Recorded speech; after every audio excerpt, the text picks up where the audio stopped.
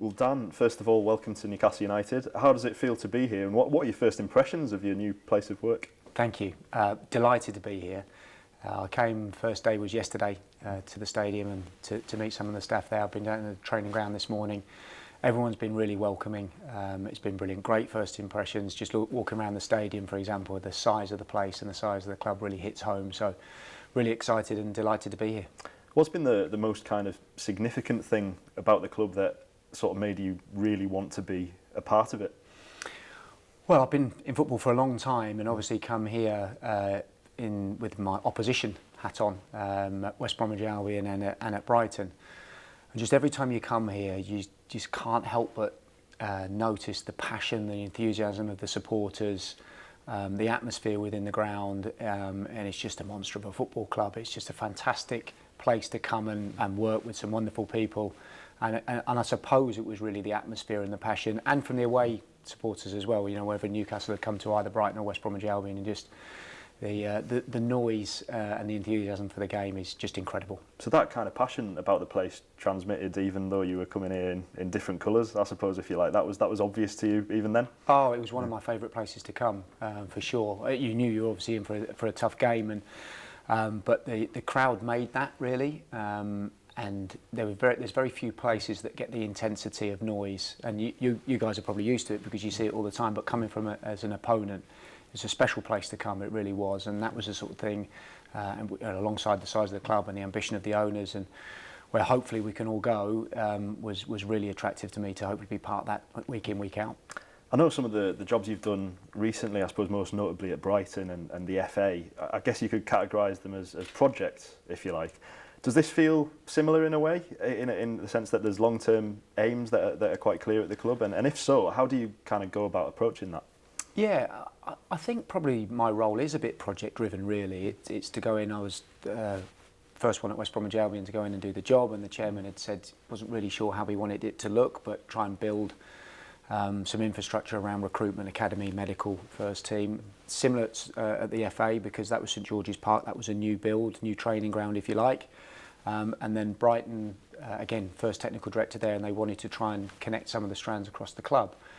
So I think any new project is something that really excites me, really inspires me to certainly be there towards the beginning of the project as well. And obviously with new owners and with Eddie coming in and some of the aspirations around some of the things we want to try and drive through with women's academy, training ground, the first team as well, it was something that was really attractive.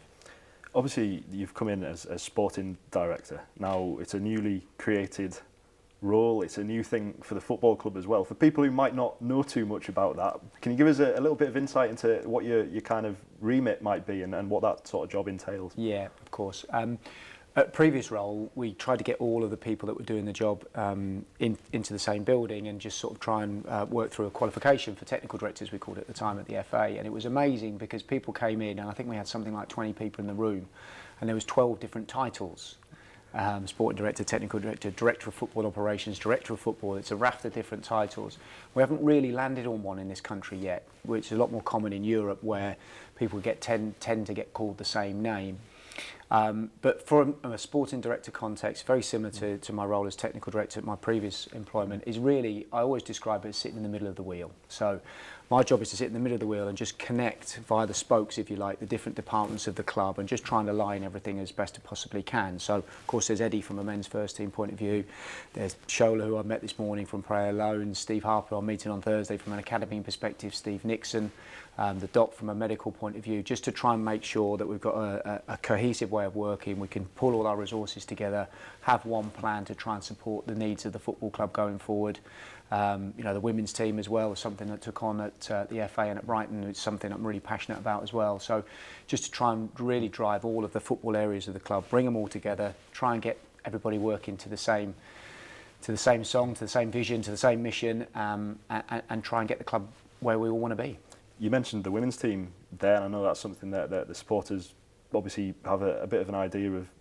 One of the elements of the club that they probably want to push on a little bit. Is that going to be something that comes into your remit as well? Yeah, and I saw from afar they had 22,500 people, was it here? Just unbelievable, incredible that at the level the team is at the moment, the league they're at the moment, hopefully we'll be able to get them into the higher leagues, and the ambition is to very much do that. But absolutely, you know, the women's team is an important part of the football club, and hopefully we can help drive, as a club, help drive their aspirations and try and get them to a level that we'd all like them to be as well. People think the job of sporting director is all about recruitment, and it's all about recruitment for the men's first team. It isn't. That's a big part of it, of course, but it's about all of the other things I've just mentioned there, and just trying to get everybody working together from a technical point of view. You mentioned the word cohesive there as well. Is that quite a significant word when it comes to your role, and just sort of joining the dots almost with all the different strands of the club that have to come together as one to create a sort of successful football club? Yeah, very much so. And I think everybody's really busy in their roles. So Eddie's role is highly pressured and is very much about driving performance and results at the weekend or whenever the games are. Steve Nixon's is very much about bringing players in. Shola's about loading the players out. Steve Harper is about developing young players. The medical department is about preventing injuries and getting people back to fitness as soon as possible. And everybody's in their areas working to a high level and to the best of their ability to make those successful. But sometimes there's things that they miss if you don't join the departments up. I'll give you an example. So from a player recruitment point of view, it might be we're after position X or Y, but it just might be that we've got one in the club who's out on loan, who's doing well, who might be in the under-23s. And if you can have somebody that's just maybe looking at all of the things together, so we might have missed one there. There might be a young player here that actually might be able to fulfill the role that we're looking for, rather than automatically having to go out and buy a player. So that would be the context and the idea for the job, and like you say, cohesive and join it all up. So looking from afar though, before you came in, what have you made of the sort of change that's happened at the football club in the last 8 months? Eddie Howe's come in, obviously from a very sort of perilous position, and survived relatively comfortably. I guess that's a nice sort of platform to be coming in on the back of from which to build, I guess. Well, it's certainly better than relegation, that's for sure. I'm not so sure Eddie would say it was comfortable towards the end, because whenever you're in that situation, it's always highly pressured, and you never quite think you're there until you're mathematically safe. So there's definitely a momentum with the club. Obviously, I haven't experienced it because I haven't been here, but from afar you can see there's definitely some momentum. The players that you signed in January seem to have given the club and the team some impetus, and the results certainly since January have been fantastic.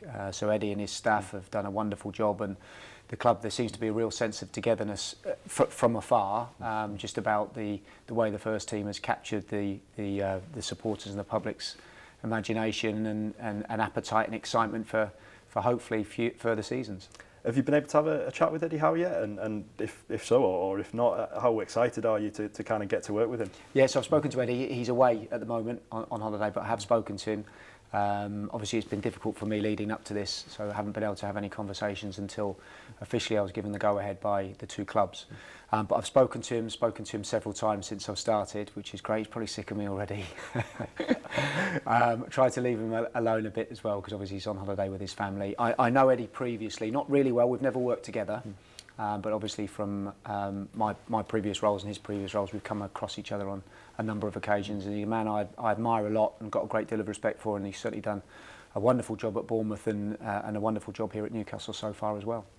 The owners have been quite clear in the past about their long-term kind of aims for the club. When you hear people talking about what Newcastle could be in the future, does that excite you? And does that excite you to have a chance to play quite a significant role in trying to get them there? Well, hopefully part of an important team. Very much see the role as that. So part of a team, and hopefully better support the staff and the systems you've got in place at the moment. I think all of us are here to try and help the club become better, become more successful, become more established in the Premier League, and who knows, hopefully go on and have higher ambitions in leagues and cups and from here. There's a lot to do, of course, before we get to that point, but obviously your first week at the club, I know there's probably a very long to-do list. What's the number one item on it then for your first couple of weeks at the club? Well, I think the most important thing for me is just to understand who's in place, the culture that's in place, where everybody fits, where everyone sits, what's going on that's going really well, what's going on where maybe we've got a few gaps, and just try and bring that together. We're about to start a transfer window, so of course there's going to be a lot of things on the to-do list there, with players in, players out, players moving around, and some of the things that certainly Eddie would want to try and do for the first team squad. And then within time, trying to understand medical department, the academy, loans, women's, and all the other things that across the remit of sporting director. But I suppose in answer to your question, the two most important things for me at the moment would be to try and understand and get to know all the staff and how the club functions and the culture here, and then sort of short term try and help drive the transfer window for the next 3 months.